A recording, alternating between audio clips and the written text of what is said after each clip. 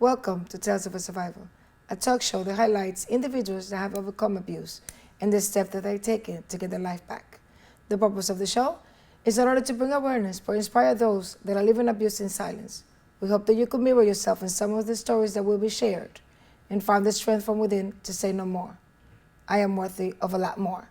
Today, we have Doreen. Doreen is an educator and she found her strength during the struggles with domestic violence. First, I would like to take you about her stories and introduce you. Hi, Doreen. Hi, how are you today? Thank you for coming in today. Nice to be here. It takes a lot of courage. I know now that you have become an educator and you're empowering other women. I know now it's more, you're getting used to do this. But I thank you for coming to Tales of a Survivor and talk about Doreen's Tales of Survival. Well, thank you for having me. I appreciate the opportunity to share my story in hopes that it will inspire someone else. That's right. It's all about empowering. Absolutely. As domestic violence survivors, not victims. Yes. Now, you are a mother of 4. And a grandmother of 2. A grandmother of 2, not yes, 1. 2. Oh, wow. 2 grandsons, yes. Oh, so you got a lot of boys in your... I have 1 son, 3 daughters, and then the 2 grandsons. Oh, so the boys that you were missing Yes. from your, they're coming in the other way. Yes. That's good. Now, you was married Yes. for 11 years. I Yes. want you to talk to me from the beginning. Because you see, at the beginning, everything is so beautiful. Everything is so perfect. Guide me through your story of survival. Walk us, our viewers and myself, through the beginning to when you started to see the signs, to what happened. Actually, I never saw the signs. I came from a place when I was younger where I kind of grew up in a household. There was a lot of chaos.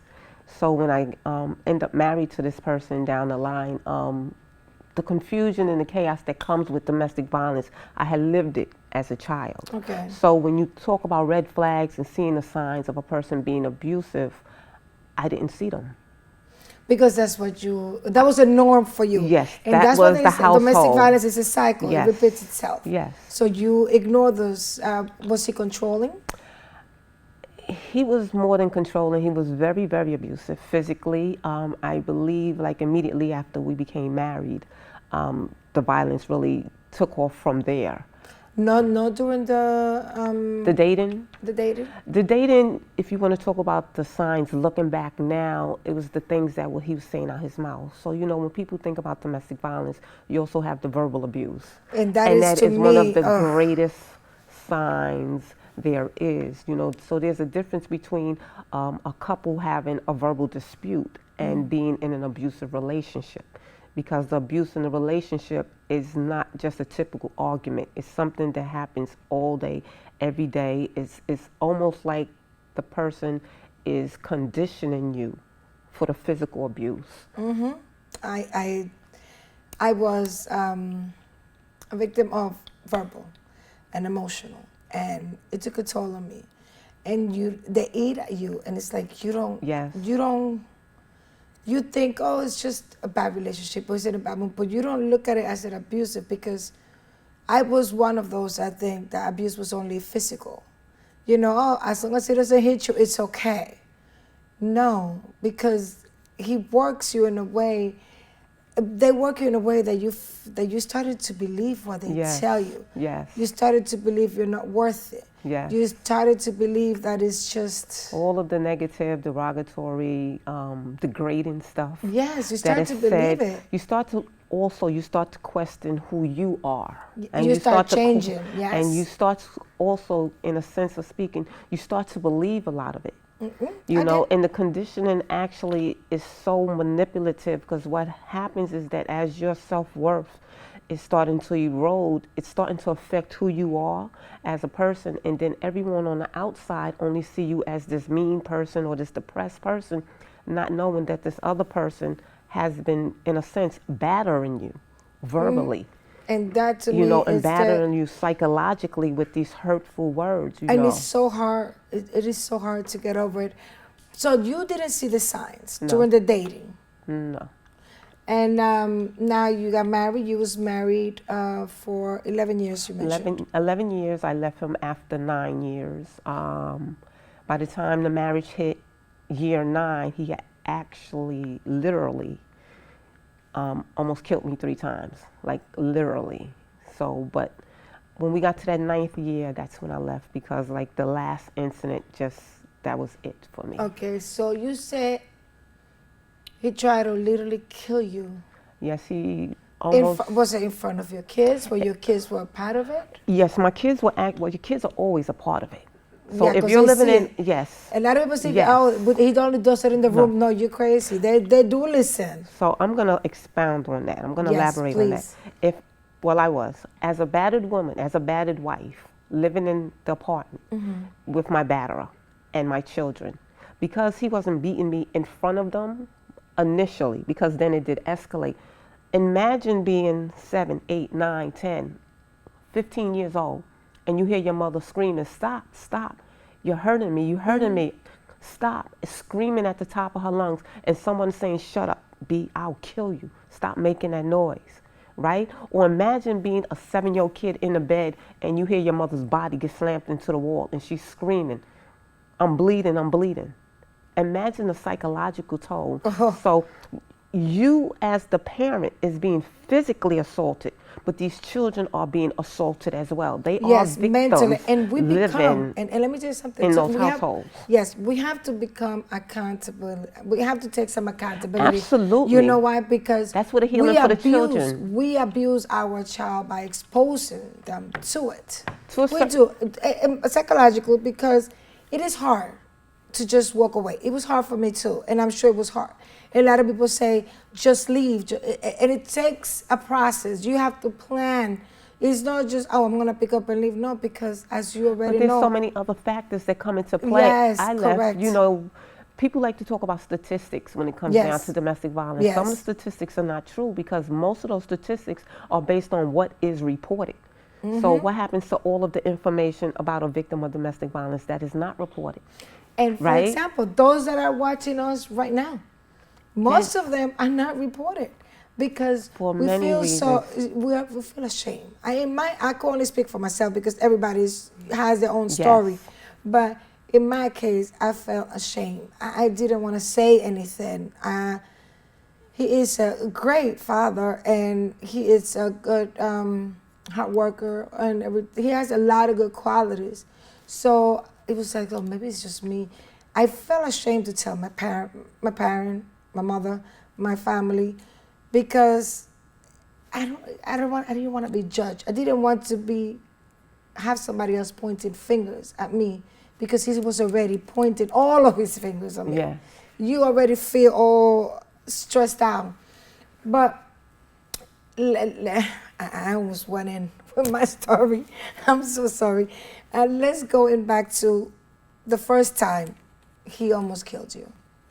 The first time he almost killed me, it was just about Christmas time. His father had given me a gift, and I didn't receive the gift the way he felt I should have received the gift. Because you know, with batterers, it's never about you. It's never about the children.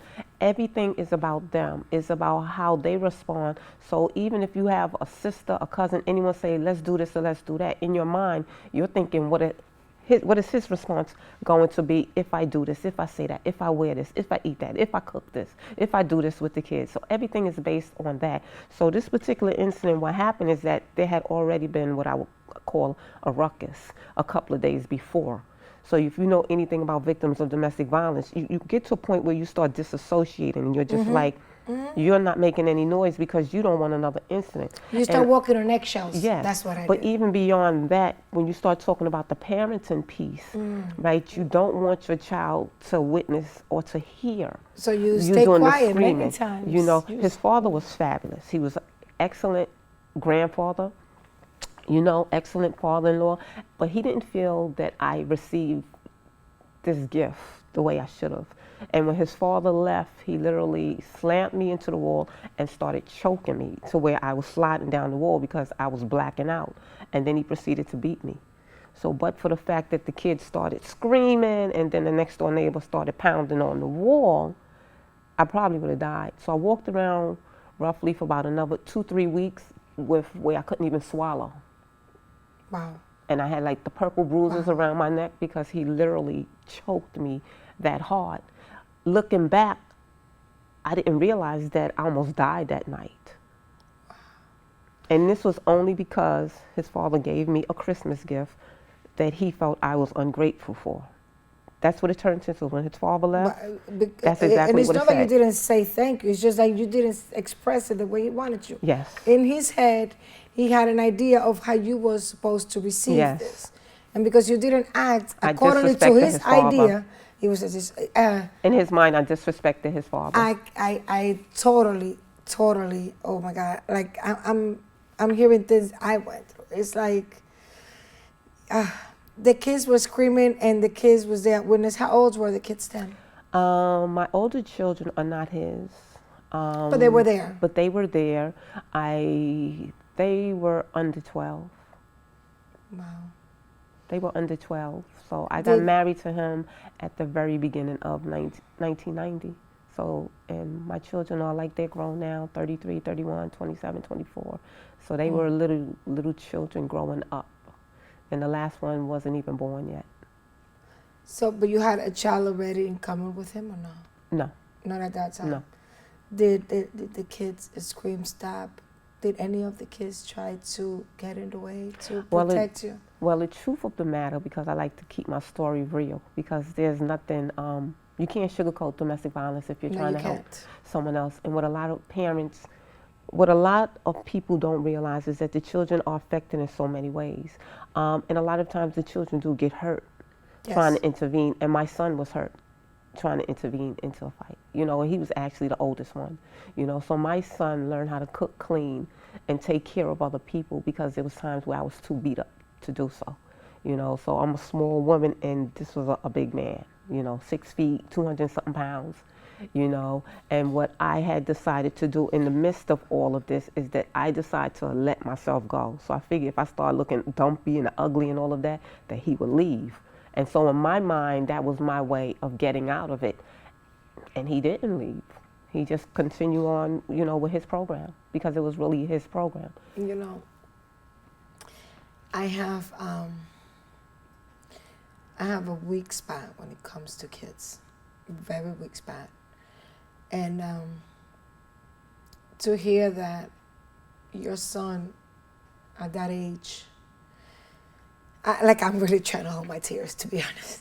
I can't cry anymore when it comes to my kids because if I do it, I will cry because now they're at a place where they're just getting, literally, they're just getting help for the trauma that they dealt with. You know, every woman dealing with domestic violence is different.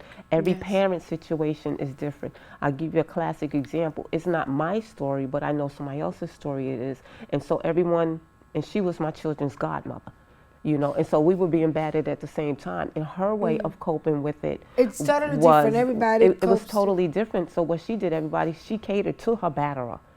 And to the outside world, it looked like she was ignoring her son. But for her, that was her survival mode to keep him from hurting the child.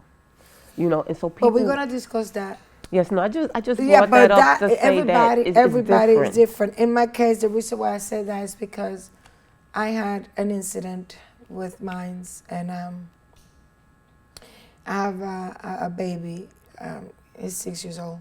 He is a pain in the butt, like every kid. But he's really a pain in the butt. But he's your pain in the butt. Oh, and I love him dearly. I love all my kids. But in an argument, him trying to defend me. So when you told me that your 12-year-old, he was not even 3 years old yet. No, he was 3. And he was saying, Daddy, don't speak to Mommy that way. And at the same time he was saying those words, his father was throwing a plastic chair at me and it landed on him.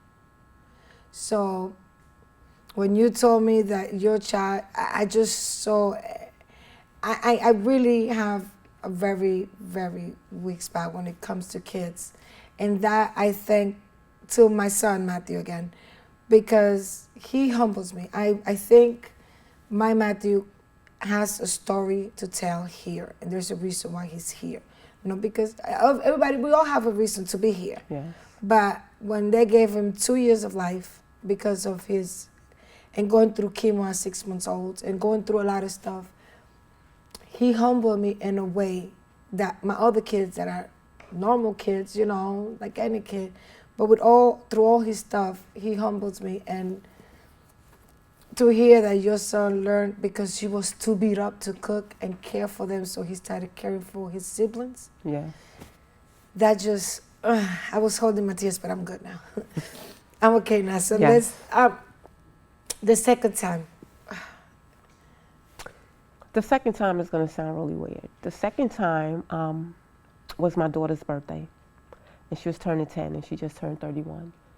And we were having a picnic in the park, and he was a big man. And so I'm going to say a debate kind of ensued. He asked me a question, I answered it, but he was in the process, literally, of moving the picnic table. So this is how strong the man was. And he took the table, and he swung it around, and he cracked me in the head with it and bust my head open. And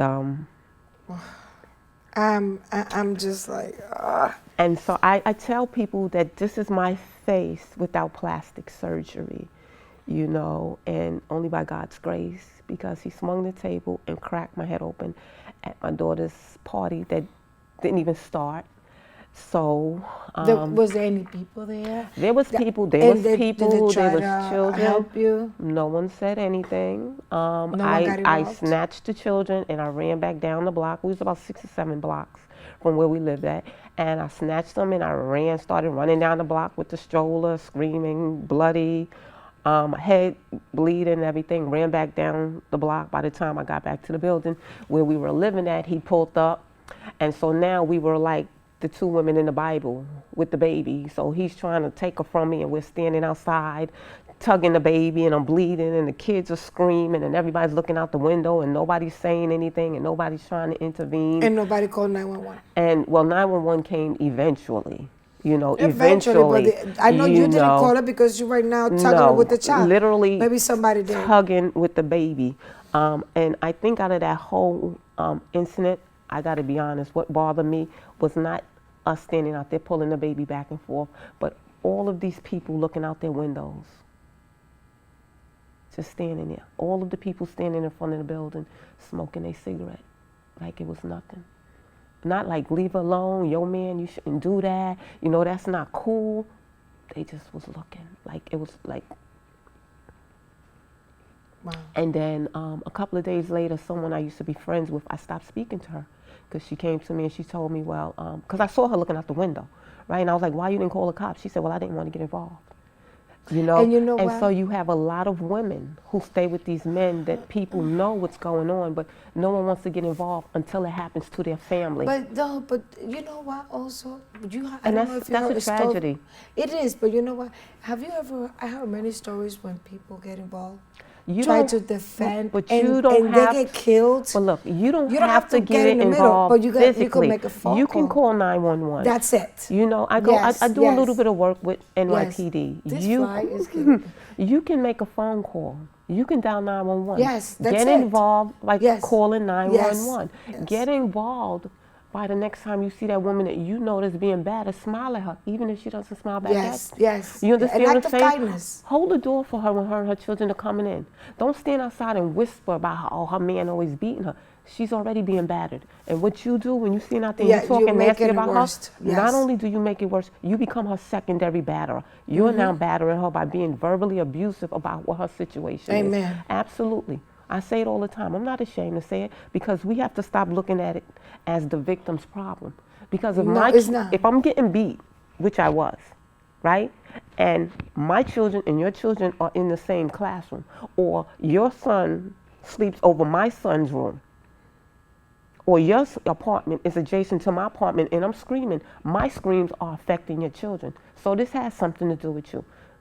Because if I was living next door to a batterer and a woman being abused, and I hear all these screams and thumps on the wall and everything, Who am I to tell my kid, go to sleep, don't worry about it, that's none of our business? Can you imagine your No, child? I couldn't do that. Can you imagine your child laying in their apartment, listening to the woman next door screaming, you're killing me, help, help, help? Can you imagine how that plays on the child's psyche just by them living next door?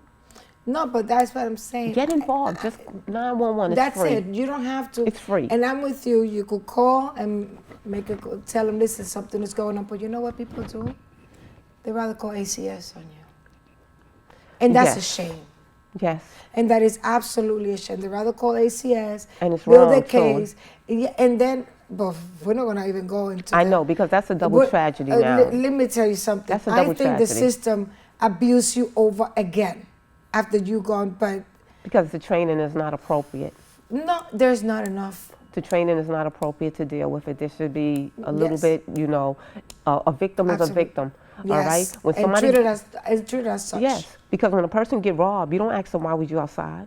When a person car get vandalized, you don't say, well, why you park your car on that street? No, but when a woman get raped or she get battered, she immediately become re-victimized by the very same system. By the society. And everybody starts judging her and blaming her.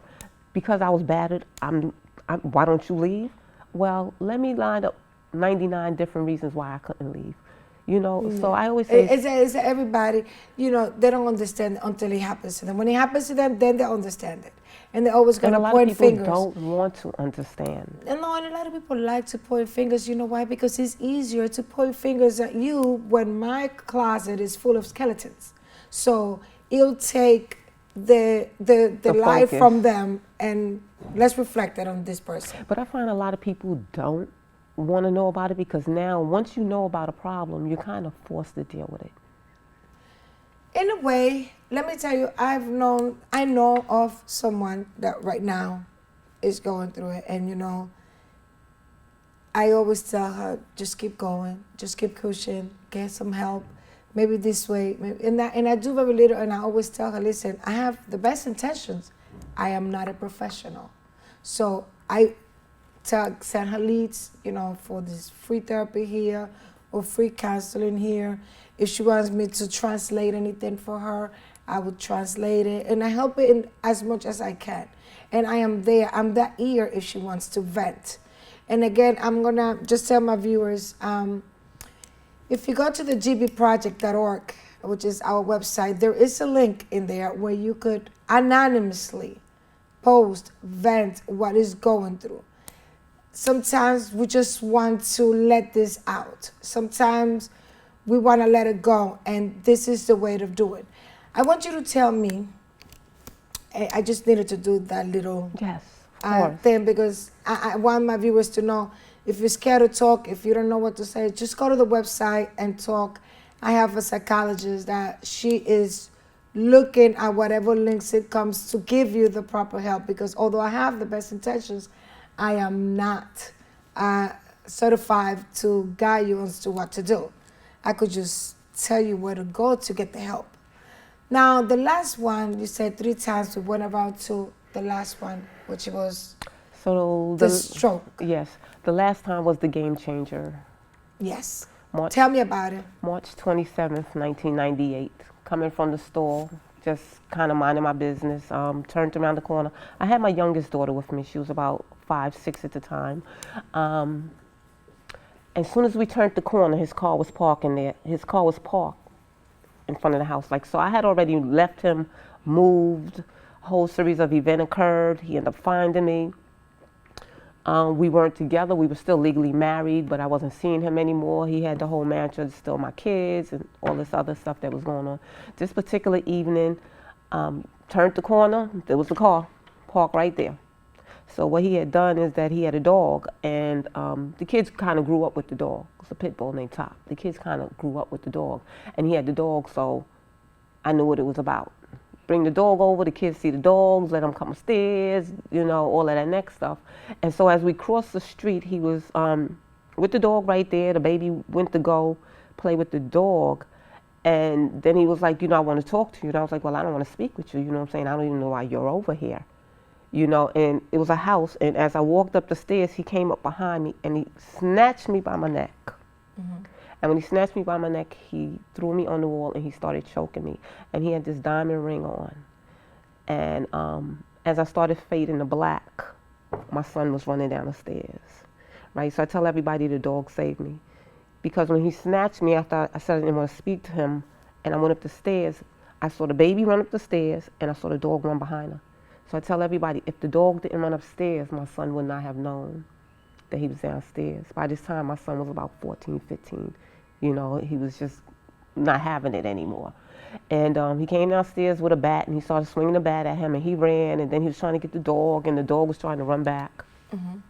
No, we have a few minutes left. Go ahead. Okay, so long story short, somebody in the neighborhood ended up calling the cops, but by that time I had got upstairs.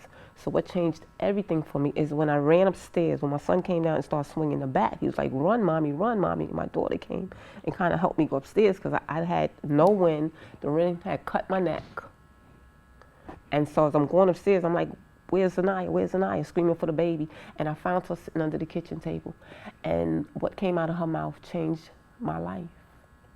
What she said? She said, if I was never born, my father wouldn't be beating you. Oh. And it was in that moment that was the last time he ever, wow, ever touched you again. put his hands on me. Amen to that. You see, that was the purpose. This is some. You know, I'm going to invite you to stay with me. Let's. I don't want to end it there. I need a minute. You need a minute. Stay with me. Let's go to the strength that you found during your struggle that led with those words that your little girl said. This is Tales of a Survivor. Thank you for tuning in. Please visit us on Facebook, on Instagram, the GB Project, on the website that I mentioned before. Remember, love yourself. Until you've completely loved yourself, nobody else is going to love you just as much. Have a good one.